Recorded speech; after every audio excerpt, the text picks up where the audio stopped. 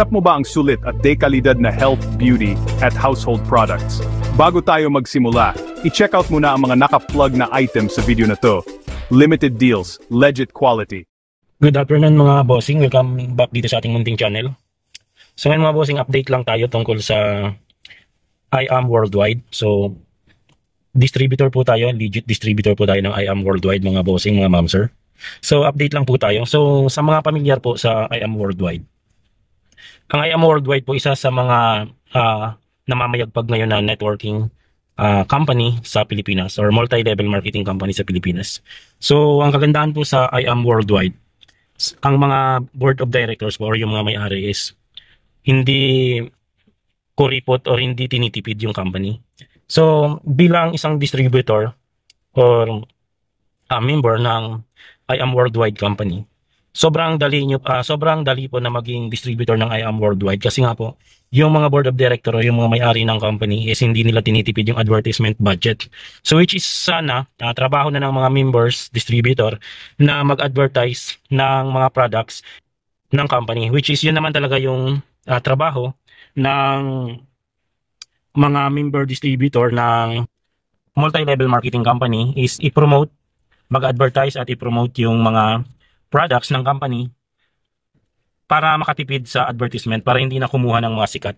Pero yung I Am Worldwide mga bossing, mga ma'am sir, ang ginagawa nila, once na may mga rising star or may mga sikat na personality, so kinukuha nila yan as endorser or endorser member ng company. Tulad na lang po ng mga sikat na artista na dati na nating mga sikat na personality na dati ng endorser ng I Am Worldwide, kagaya ni Piolo Pascual, Alden Richards, Marian Rivera, Liza Soberano, at Manny Pacquiao, Aramina, at madami pa po mga celebrity na mga dati ng mga endorser ng I Am Worldwide. So ngayon po, meron po yung mga Bini, and sa international, meron din po yung mga Korean superstar, si Ji Chang-wook, at NTX boy group, Korean K-pop.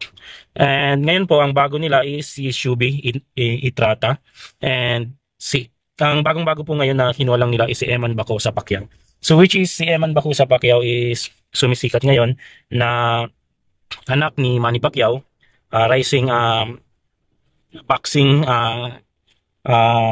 personality, and pinasok na rin po yung pag-artista. So wala pang isang linggo na pumasok sa 3 days pa lang ata na pumasok si Eman Bacosa sa GMA bilang artista. Kinuha na agad po ng I Am Worldwide para maging endorser ng company. So which is sobrang sobrang advantage ng mga katulad namin na mga distributor kasi unang-una, hindi ka na mahihirapan na i-introduce yung company kasi nga kilalang-kilala na kasi madami nang nag-endorse na mga sikat na personality. At pangalawa, sobrang ganda talaga at in demand ng I Am Amazing Barley ng I Am Worldwide kasi siya yung pinaka legit at premium na barley na nagsisirculate sa market dito sa Pilipinas. Kaya kung naririnig mo na ito mga bossing, mga ma'am sir, na I Am Worldwide at yung I Am Amazing Barley ng I Am Worldwide, so madami na pong natulungan, mga cancer patient, mga may mga malalang karamdaman na natulungan gumaling. So hindi naman po siya gamot yung barley, pero which is nakakatulong.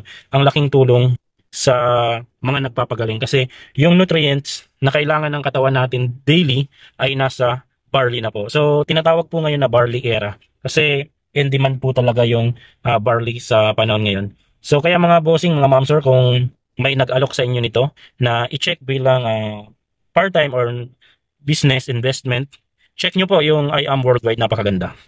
So yun lang mga bossing, kung interesado kayo, pwede po kayo mag-comment sa video na to or pwede po kayo mag-comment sa comment section kung interesado po kayo tungkol sa barley ng I Am Worldwide. Maraming salamat po mga bossing, mga ma'am sir. Keep safe po, ingat palagi, and God bless.